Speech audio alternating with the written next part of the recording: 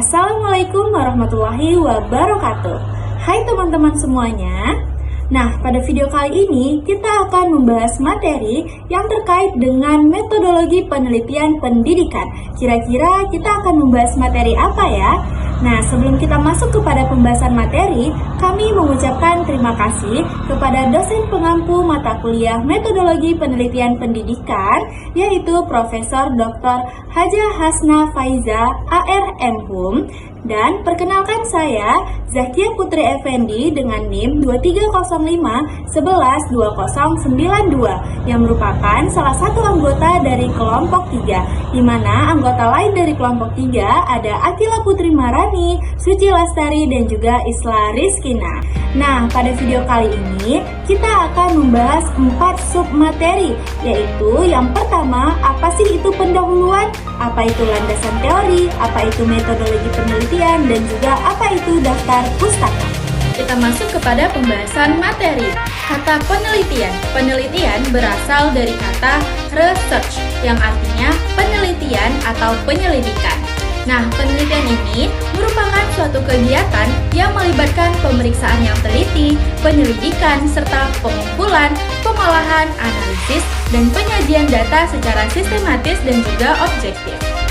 Yang pertama ada pendahuluan. Menurut Wilkinson dalam Hayati, pendahuluan adalah bagian tulisan yang memberikan informasi awal kepada pembaca tentang penelitian yang ditulis. Nah, secara umum struktur pada bab pendahuluan yaitu ada yang pertama adanya latar belakang. Latar belakang menggambarkan masalah yang akan diteliti dari sisi profesi peneliti, pengembangan ilmu, dan kepentingan masyarakat. Yang kedua ada identifikasi masalah. Identifikasi masalah merupakan kompilasi permasalahan yang dihasilkan setelah melakukan pengamatan terhadap objek penelitian. Yang ketiga ada rumusan masalah. Nah, rumusan masalah adalah seperangkat pertanyaan yang dirumuskan peneliti berdasarkan identifikasi masalah. Nah, yang keempat ada tujuan penelitian. Perumusan tujuan penelitian ini menyajikan hasil yang ingin dicapai setelah penelitian selesai dilakukan. Yang kelima ada manfaat penelitian. Pada bagian ini memberikan gambaran mengenai nilai lebih atau kontribusi yang dapat diberikan oleh hasil penelitian yang dilakukan. Nah, yang terakhir ada sistematika penulisan. Sistematika penulisan merupakan gambaran utuh dari pendahuluan sampai kesimpulan. Selanjutnya yakni kajian teori. Pada bagian kajian teori memuat sari-sari hasil penelitian literatur yaitu berupa teori-teori. Uraian teori yang disusun bisa dengan kata-kata penulis secara bebas dengan tidak mengurangi makna teori tersebut atau dalam bentuk kutipan dari tulisan orang lain. Nah, kajian teori berfungsi untuk memperjelas masalah penelitian sehingga para peneliti dan pembaca hasil penelitian dapat dengan mudah mengidentifikasi masalah yang ada dalam objek penelitian. Kedua, sebagai dasar untuk merumuskan hipotesis penelitian. Dengan demikian, peneliti dapat menyusun dugaan sementara yang didasarkan pada masalah yang ditemukan dengan membandingkan pada teori-teori yang ada. Ketiga, berfungsi sebagai referensi untuk menyusun instrumen penelitian. Nah, selanjutnya saya, Akila Putri Marani, akan menjelaskan tentang metode penelitian. Dalam melakukan penelitian, tentunya kita memerlukan metode yang digunakan untuk menemukan data. Metode penelitian merupakan kegiatan yang dilakukan untuk mencari kebenaran data suatu penelitian yang diawali dengan adanya isi pikiran kemudian membentuk sebuah rumusan masalah, sehingga penelitian tersebut bisa diolah dan kemudian dianalisis.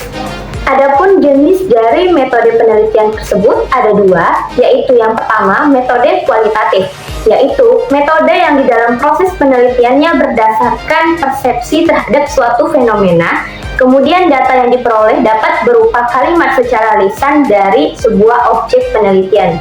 Yang kedua, yaitu metode kuantitatif. Metode kuantitatif adalah metode yang tingkatannya lebih rumit. Kenapa? Karena peneliti memerlukan sampel yang banyak dan data yang diperoleh berupa angka. Metode kuantitatif ini lebih bersifat sistematis. Nah, selanjutnya yaitu ada daftar rujukan atau daftar pustaka. Nah, ini adalah suatu susunan tulisan pada akhir sebuah karya ilmiah yang isinya berupa penulis, judul tulisan, penerbit, dan tahun terbit. Daftar rujukan ini digunakan sebagai sumber atau rujukan seorang penulis dalam berkarya. Daftar rujukan ini bertujuan untuk menunjukkan bahwa sebuah tulisan atau karya ilmiah tidak hanya dibuat berdasarkan pemikiran seorang penulisnya saja, akan tetapi juga mendapatkan rujukan yang banyak dari berbagai pemikiran orang-orang lainnya. Nah, menurut Nini M. Kuntaro pada tahun 2007, daftar rujukan merupakan sebuah teknik notasi ilmiah yang berasal dari kumpulan sumber bacaan atau sumber referensi yang digunakan untuk menulis karangan ilmiah.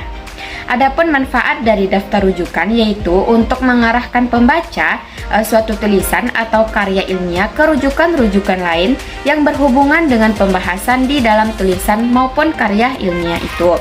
Rujukan ini sama dengan referensi terkait semacam buku, kajian atau bentuk ilmu pengetahuan lainnya.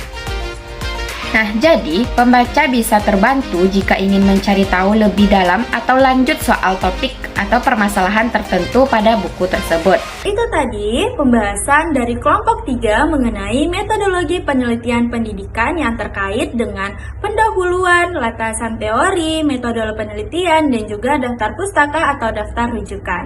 Sekian dari kami, mohon maaf apabila ada kesalahan. Wabillahi taufiq wal hidayah. Wassalamualaikum warahmatullahi wabarakatuh.